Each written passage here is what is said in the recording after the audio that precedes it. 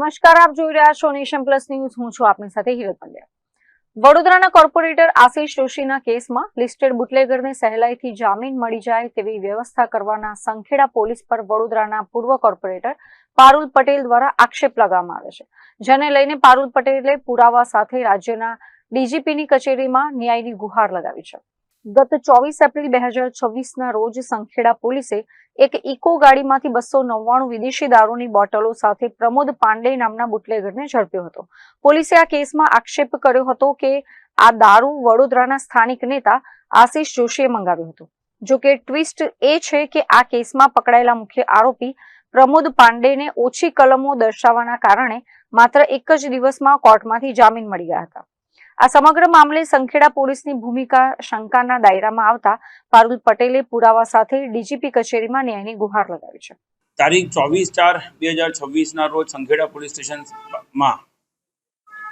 Police સ્ટેશનના જ police કર્મચારી રાહુલસિંહ ઘનશ્યામસિંહ નાઓ દ્વારા એક ફરિયાદ નોંધાવવામાં આવેલી, જેમાં મુખ્ય આરોપી તરીકે પ્રમોદ પાંડે નામની વ્યક્તિ, જેની સામે અગાઉ પણ એ જ ફરિયાદી રાહુલસિંહ ઘનશ્યામસિંહે સરકાર તરફે 11 સપ્ટેમ્બર 2025ના રોજ ફરિયાદ નોંધાવેલી હતી.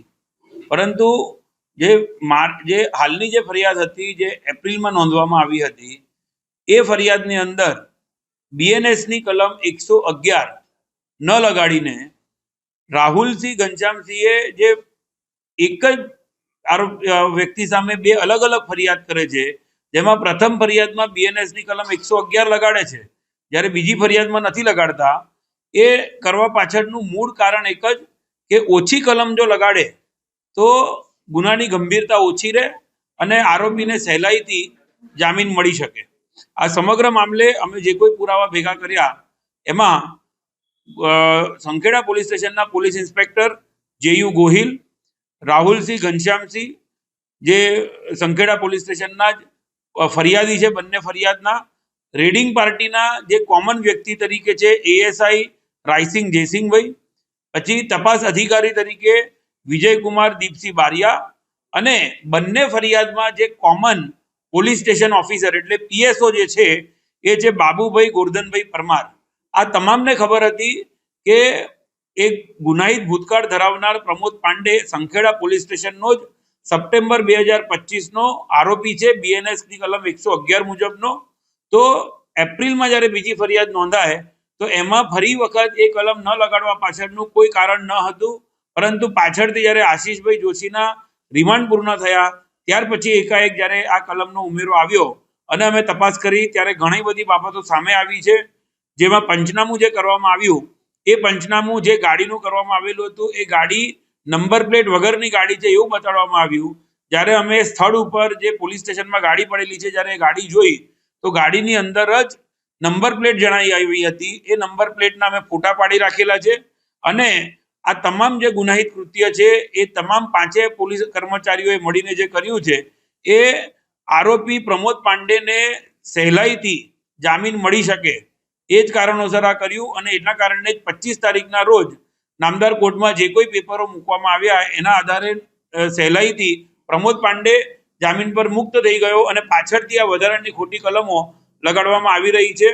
જો આ સમગ્ર બાબતે નાર્કો ટેસ્ટ કરાવીને તમામ આરોપીઓ પોલીસ કર્મચારીઓની જો ઊંડાણપૂર્વક જો પૂછપરછ કરવામાં આવશે તો સમગ્ર ખોટું પંચનામું ઊભું કરવામાં આવ્યું છે. સાથે સાથે જે ફરિયાદ છે એ ફરિયાદ ખોટી ઊભી કરવામાં આવી છે અને આશિષ જોશીને ખોટી રીતે ટાર્ગેટ કરવામાં આવ્યો છે. એ જ છે આ સમગ્ર મામલો. અને હાલ આ પાંચે પોલીસ કર્મચારીઓ સામે માજી મ્યુનિસિપલ કાઉન્સિલર પારુલબેન પટેલ, જે આ સમગ્ર ઘટનાઓથી માહિતગાર છે, તેમને પોલીસ મહાનિદેશક શ્રીથી લઈને તમામ જગ્યાએ આ તમામ 5 પોલીસ અધિકારીઓની સામે બીએનએસની કલમ 256 અને 257 મુજબ ઓછી કલમ લગાવીને આરોપીને મદદગાર થવા માટેની જે એમનો પ્રયાસ રહ્યો છે એ બાબતની એક ફરિયાદ આપેલી છે. અત્રે ઉલ્લેખનીય છે કે ફરિયાદી પારુલ પટેલે સંખેડા પોલીસ સ્ટેશનના પીઆઈ જેયુ ગોહિલ, પીએસઆઈ વીડી બારિયા સહિત પાંચેય પોલીસ કર્મચારીઓના સીડીઆર લોકેશન અને પોલીસ સ્ટેશનના સીસીટીવી ફૂટેજની તપાસ કરવાની માંગ કરી છે.